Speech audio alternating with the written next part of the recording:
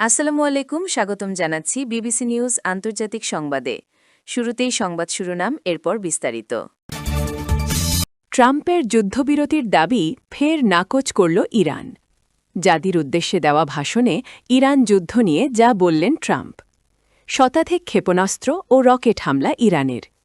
ইন্দোনেশিয়ায় শক্তিশালী ভূমিকম্পে নিহত এক। দর্শক, এতক্ষণ শুনছিলেন সংবাদ শিরোনাম। এখন বিস্তারিত। আপনি যদি ইসরায়েলের ধ্বংস চান এবং মুসলিমদের পাশে থাকেন, তাহলে ভিডিওতে লাইক করে চ্যানেলটি অবশ্যই সাবস্ক্রাইব করে দিবেন এবং আপনার মূল্যবান মতামত অবশ্যই কমেন্টে লিখে জানিয়ে দিবেন। এখন বিস্তারিত। ট্রাম্পের যুদ্ধবিরতির দাবি ফের নাকচ করল ইরান। প্রায় এক মাসেরও বেশি সময় ধরে চলমান মধ্যপ্রাচ্যের উত্তেজনার মধ্যে এবার আলোচনার কেন্দ্রবিন্দুতে রয়েছে যুদ্ধবিরতি। কিন্তু বিষয়টি নিয়ে মার্কিন প্রেসিডেন্ট ডোনাল্ড ট্রাম্পের বক্তব্যের সঙ্গে সরাসরি মুখোমুখি অবস্থানে রয়েছে ইরান। একাধিকবার যুদ্ধবিরতির প্রস্তাবের কথা ট্রাম্প জানালেও সেসবের কিছুই পায়নি বলে জানিয়েছে তেহরান। বুধবার ইরান যুদ্ধবিরতির প্রস্তাব দিয়েছে বলে জানিয়েছেন মার্কিন প্রেসিডেন্ট ডোনাল্ড ট্রাম্প। তিনি বলেছেন, পারস্য উপসাগরের হরমুজ প্রণালী নৌ চলাচলের জন্য সম্পূর্ণ উন্মুক্ত না হওয়া পর্যন্ত যুক্তরাষ্ট্র এই প্রস্তাব বিবেচনা করবে না। কিন্তু এর পরপরই ইরানের পররাষ্ট্রমন্ত্রী আব্বাস আরাগাছি বলেন, দেশটির পক্ষ থেকে কোনো যুদ্ধবিরতির প্রস্তাব দেওয়াই হয়নি। ইরানের রাষ্ট্রীয় সম্প্রচার কেন্দ্র IRIBর বরাতে আল জাজিরার এক প্রতিবেদনে এমন তথ্য জানা গেছে।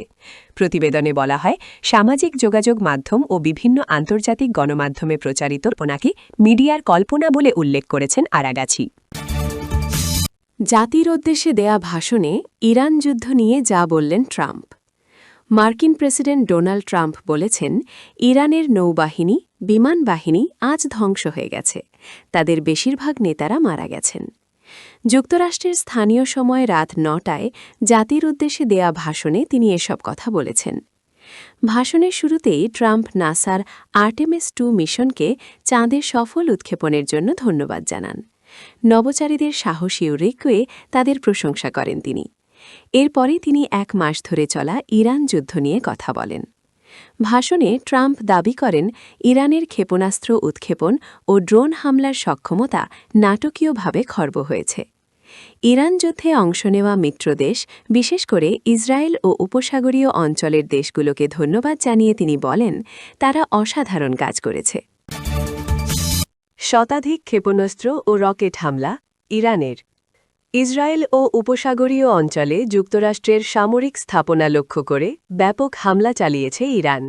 দেশটির সামরিক বাহিনীর IRGC দাবি, যুদ্ধ চলাকালীন অন্তত ১০০টিরও বেশি ভারী ক্ষেপণাস্ত্র ও ড্রোনের পাশাপাশি অন্তত ২০০টি রকেট নিক্ষেপ করা হয়েছে। বুধবার আল জাজিরার এক প্রতিবেদনে এ তথ্য জানা গেছে। এক বিবৃতিতে IRGC জানায়, বাহারায় ইন্দোনেশিয়ায় শক্তিশালী ভূমিকম্পে নিহত এক। আজ বৃহস্পতিবার পূর্ব ইন্দোনেশিয়ার উপকূলে 7.4 মাত্রার একটি শক্তিশালী ভূমিকম্প আঘাত হেনেছে। এতে কমপক্ষে একজন নিহত হয়েছেন বলে জানা গেছে। শক্তিশালী ভূমিকম্পে ৭৫ সেন্টিমিটার 2.5 ফুট পর্যন্ত উঁচু ঢেউ সৃষ্টি হয় এবং সুনামি সতর্কতা জারি করা হয়। তবে পরবর্তীতে তা সেই সতর্কতা তুলে নেওয়া হয়েছে। US জিওলজিক্যাল সার্ভে USGS জানিয়েছে, ভোরে সুলাভেসি ও মালুকু দ্বীপপুঞ্জের মধ্যবর্তী মলুকা সাগরে 35 কিলোমিটার অগভীর স্থানে এই ভূমিকম্পটি আঘাত হানে। উত্তর সুলাভেসি প্রদেশের মানাদো শহরে একটি ভবন ধসে একজন নিহত হয়েছেন বলে AFPকে জানিয়েছেন স্থানীয় এক অনুসন্ধান ও উদ্ধার কর্মকর্তা। জর্জ লিও মার্সি রান্দাং টেলিফোনে AFPকে বলেন, ভূমিকম্পটি তীব্রভাবে অনুভূত হয়েছে এবং মানাদো ও তার আশেপাশে একজন মারা গেছেন। তিনি বলেন, নিহত ব্যক্তি ধসে পড়া একটি ভবনের ধ্বংসাবশেষের নিচে চাপা পড়েছিলেন। হাওয়াই ভিত্তিক Pacific tsunami warning centre PTWC প্রাথমিকভাবে জানিয়েছিল, ভূমিকম্পের কেন্দ্রস্থল থেকে ১০০০ কিলোমিটার 621 মাইল ব্যাসার্ধের মধ্যে ইন্দোনেশিয়া, ফিলিপাইন এবং মালয়েশিয়ার উপকূল বরাবর বিপজ্জনক সুনামি ঢেউয়ের সম্ভাবনা রয়েছে।